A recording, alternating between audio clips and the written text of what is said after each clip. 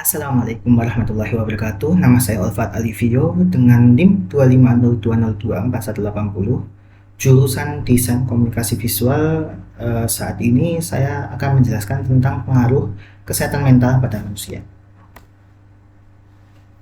Berikut daftar isi yang akan saya jelaskan, yaitu 1. Pendahuluan, 2. Pengenalan, 3. Ciri-ciri, 4. Akar utama, 5. Metode, 6. Pencegahan, 7. Refleksi diri, lalu yang ke-8 adalah referensi. Pernahkah terlintas dalam pikiran seseorang bahwa teman yang kamu kenal terlihat baik-baik saja, tetapi sebenarnya sedang mengalami masalah yang rumit sehingga tidak bisa diungkapkan dengan kata-kata?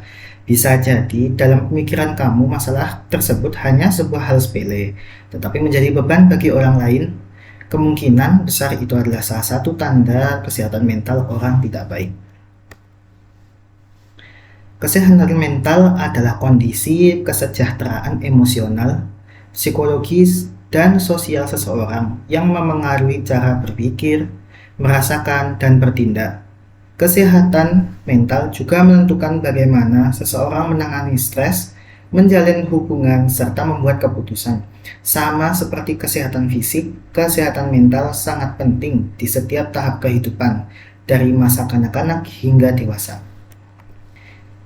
Ciri-ciri atau gejala kesehatan mental bisa ditandain seperti 1. Perubahan emosi, yaitu seperti merasa sedih, hampa, atau putus asa secara terus-menerus, mudah marah atau tersinggung berlebihan, perasaan cemas atau takut yang tidak wajar dan terus-menerus. Yaitu yang kedua, perubahan pola pikir, sulit berkonsentrasi atau membuat keputusan. Pikiran negatif yang berulang seperti merasa tidak berharga atau gagal, pikiran untuk menyakiti diri sendiri atau bunuh diri.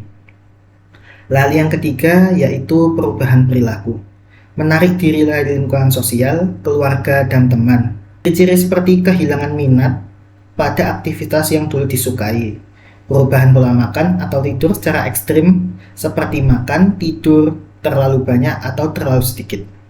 4. Muncul gejala fisik yang tidak jelas penyebabnya seperti sakit kepala, nyeri otot, atau gangguan pencernaan yang tidak bisa dijelaskan secara medis. Merasa lelah terus-menerus meski sudah cukup istirahat. Lalu yang terakhir yaitu penurunan rutinitas, seperti kinerja sekolah, pekerjaan, atau rumah yang menurun drastis, kesulitan menjalani rutinitas harian.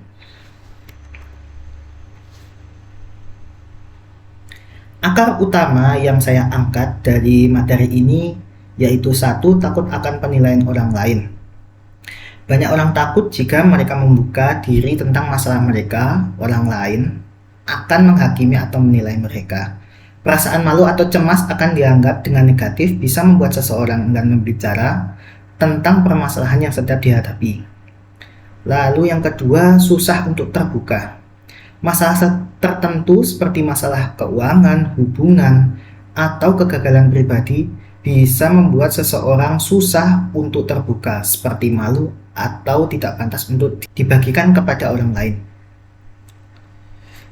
Mereka mungkin merasa bahwa jika orang lain tahu tentang kesulitan yang mereka hadapi, hal itu akan merendahkan harga diri mereka. Lalu yang ketiga, tidak ada waktu.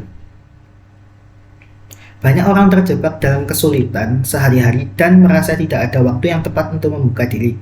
Kadang-kadang, rasa cemas untuk berbicara dengan orang lain datang karena mereka tidak merasa memiliki ruang yang aman dan nyaman untuk melakukannya. Ada 2 metode yang saya gunakan, yaitu dengan pendekatan diri dan pendekatan luar.